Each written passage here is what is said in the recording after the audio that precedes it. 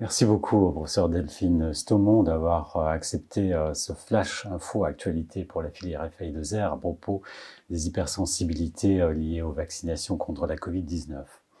Il y a donc deux principaux types d'allergies ou d'hypersensibilité, les formes immédiates qui surviennent dans les 20 minutes, habituellement l'heure ou moins de 4 heures, et les formes retardées. Dans les formes immédiates, on y met quoi? Les chocs anaphylactiques, on y met aussi l'angioëdème, l'œdème de Quincke. Qu'est-ce qu'il faut y mettre dans? Alors, c'est vrai que l'urticaire, l'angioëdème, ce qu'on appelle l'œdème de Quincke, le prurite, tout ça, ça peut être les premiers signes, le stade 1 d'une anaphylaxie. Donc, c'est plutôt la chronologie qui va nous orienter, c'est-à-dire que si ça survient pendant qu'on injecte, à la fin de l'injection ou dans l'heure qui suit, là, on va pouvoir se dire, c'est peut-être les premiers signes d'une anaphylaxie et on va surveiller le patient et ne pas hésiter très vite à faire l'épinéphrine pour éviter d'aller jusqu'au choc. On va prendre tout de suite les constantes, etc. et au moindre doute, faire l'épinéphrine. Quand les mêmes symptômes, urticaire, angioëdème, c'est impressionnant pour le patient. Mais ça va survenir plusieurs heures, au moins 4 heures, et le plus souvent dans la pratique, là on en voit énormément actuellement, ça va être le lendemain, 2-3 jours après, maximum une semaine après. Ça, par contre, c'est souvent la révélation d'un terrain histaminolibérateur sous-jacent parce qu'on a une urticaire chronique, ou ça peut se voir comme on voit une urticaire induite par un autre vaccin ou une urticaire induite par un virus, on en voit énormément. Et ça, c'est retardé, c'est pas du tout le même mécanisme. Ça ne conduira pas, même si c'est impressionnant, et le gonflement est impressionnant et impacte beaucoup la qualité de vie des patients. Ça ne va pas conduire vers le bronchospasme, ça ne va pas conduire vers le choc anaphylactique. C'est vraiment une question de chronologie. Si maintenant un patient a fait une première injection, une hypersensibilité plutôt retardée, donc de l'urticaire, le lendemain ou le surlendemain, ça contre-indique la deuxième injection? Non, surtout pas, ça ne doit pas contre-indiquer la deuxième injection. Alors bien sûr, un avis est important. Alors si vous vous sentez à l'aise, vous pouvez rassurer, vous pouvez prendre également l'avis auprès d'un dermatologue.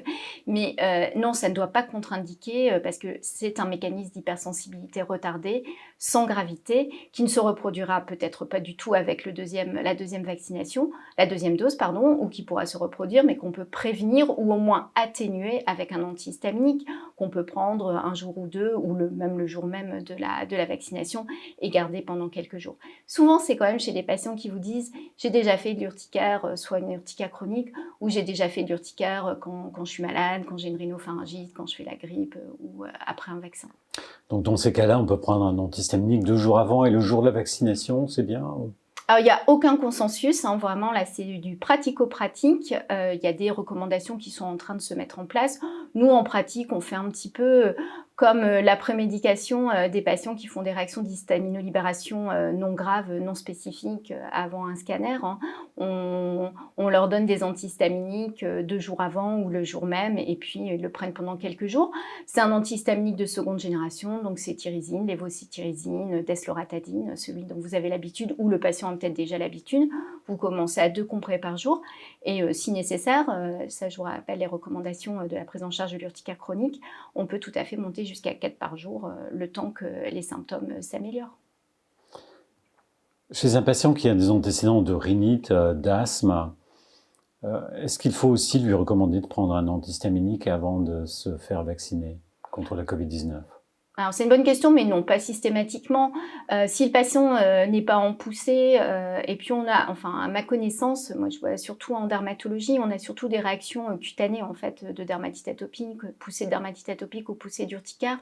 Donc voilà, si le patient, c'est pas une contre-indication, si le patient a son traitement antihistaminique, ben, il le continue, et éventuellement s'il trouve qu'il a un petit peu plus de symptômes après, il peut l'augmenter transitoirement. Mais la plupart du temps, en ce qui concerne l'asthme ou la rhinite allergique, c'est assez stable avec le vaccin.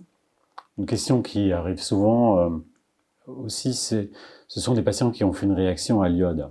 Ils ont une radio avec injection d'iode, ils ont fait un rash, de l'urticaire, voire un œdème de Quincke.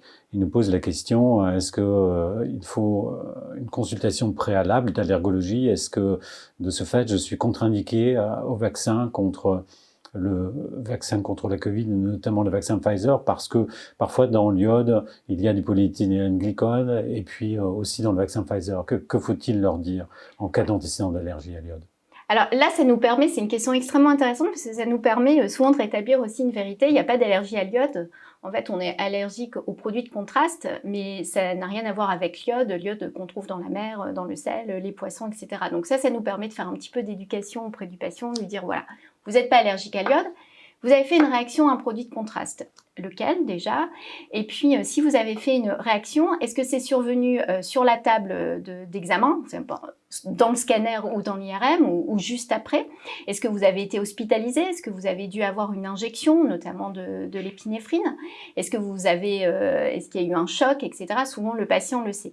Dans ces cas-là, oui, c'est l'hypersensibilité immédiate. Il y a potentiellement une allergie IgE ou IgG médiée ou pharmacologique aux produits de contraste. Et là, dans ce cas-là, ça vaut le coup déjà, si on peut récupérer le nom du produit de contraste, de regarder s'il contenait potentiellement le polyéthylène glycol, le polysorbate et la trométamine.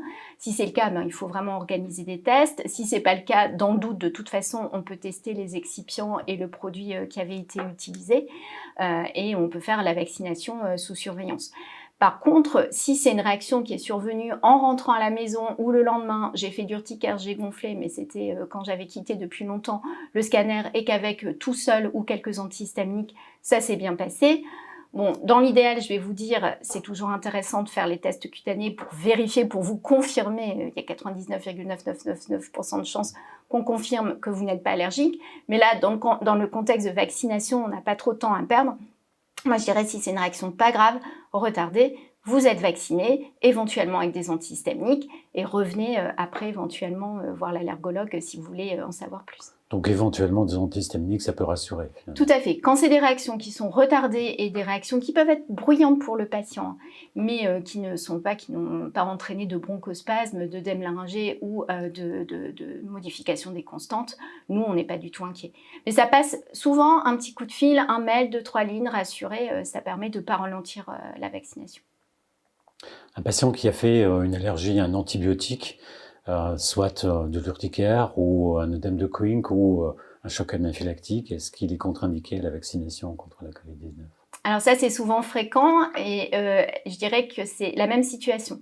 Soit c'était avec un médicament, surtout un médicament injectable, et qu'il y a eu une réaction d'hypersensibilité sévère, donc rapide dans l'heure et avec des signes de gravité. Le patient a été hospitalisé, a reçu des injections, voire même de l'adrénaline.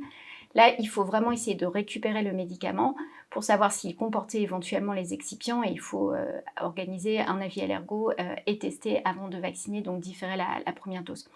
Par contre, si c'était un comprimé, alors un médicament que le patient connaît, on vérifie, il n'y a pas l'excipient contenu, c'est surtout quand c'est un comprimé, on n'a pas trop de doute, et que c'était retardé et sans signe de gravité, honnêtement, là, il n'y a pas de contre-indication à la vaccination, il faut vacciner avec la même surveillance de 15 minutes. Même question, mais avec des fraises ou des crustacés. Alors j'ai gonflé, j'ai fait un œdème de Koenig, est-ce que je peux me faire vacciner? Alors souvent, les patients qui ont des réactions alimentaires, c'est pas du tout le même mécanisme. On sait que ces aliments contiennent pas les excipients, donc là il n'y a aucun souci, on peut vacciner sans souci. Quand le patient a fait une réaction anaphylactique avec un aliment, en fait, ce qu'on conseille, on sait que là pour le coup, c'est pas des excipients communs, donc on fait pas de tests, etc. Mais c'est un petit peu la précaution. On va vacciner le patient, le surveillant 30 minutes, 1 heure et pas 15 minutes comme un patient tout venant. Il y a des patients qui sont allergiques aux aliments qui ont une maladie cœliaque, notamment. Est-ce qu'ils peuvent se faire vacciner contre la Covid-19? Tout à fait. À ma connaissance, il n'y a pas du tout de contre-indication à vacciner quand on a une intolérance au gluten, une maladie cœliaque. Il y a des patients qui veulent plus se faire vacciner contre la grippe parce qu'ils disent qu'avec le vaccin de la grippe, soit ils ont fait la grippe, soit ils ont été allergiques au vaccin. Est-ce qu'ils peuvent quand même avoir le vaccin contre la Covid-19? Alors, les patients qui font la grippe, c'est-à-dire un syndrome pseudo-grippal dans les 24-48 heures qui suivent, je dirais que c'est des patients qui répondent bien au vaccin. Donc, c'est pas très immunologiquement parlant scientifique peut-être, mais en tout cas, c'est une réaction d'immunogénicité. Donc, nous, ça ne nous inquiète pas, ça nous rassure plutôt. Et c'est pas du tout un mécanisme allergique, donc pas de stress. Par contre, si vous êtes vacciné, que vous avez tendance à réagir avec les vaccins, ne prévoyez peut-être pas le marathon juste après, mais enfin en ce moment on n'est pas trop gêné avec les événements sportifs. Donc c'est plutôt rassurant de réagir après un vaccin, ça montre peut-être que le système immunitaire est bien compétent. Tout à fait. Si on réagit de façon retardée et qu'on réagit avec finalement une maladie en miniature, un syndrome grippal, oui, c'est plutôt bon signe. Très bien. Pour résumer, s'il fallait préciser dans quel cas, dans quelle situation il faut qu'un patient voit un allergologue avant de se faire vacciner. En quelques mots, dans quelle situation il faut conseiller la consultation d'allergologie préalable? Si vous avez fait une réaction immédiate à une première dose de vaccin anti-Covid, il faut qu'on vous voie en allergologie. Si vous vous savez allergique à un excipient qui peut être contenu dans les vaccins anti-Covid, quels qu'ils soient, donc le polyéthylène glycol ou macrogol, les polysorbates 20 ou 80 ou la trométamine, il faut qu'on vous voie en allergologie et on peut faire des tests. Si vous avez déjà fait une réaction anaphylactique, donc vraie, c'est-à-dire pas simplement une urticaire gonflée, mais si vous avez fait une réaction, même sans contexte médicamenteux, mais une réaction grave avec une prise en charge en hospitalisation, une injection d'adrénaline, n'hésitez pas également à nous demander conseil pour qu'on fasse un petit peu le tri.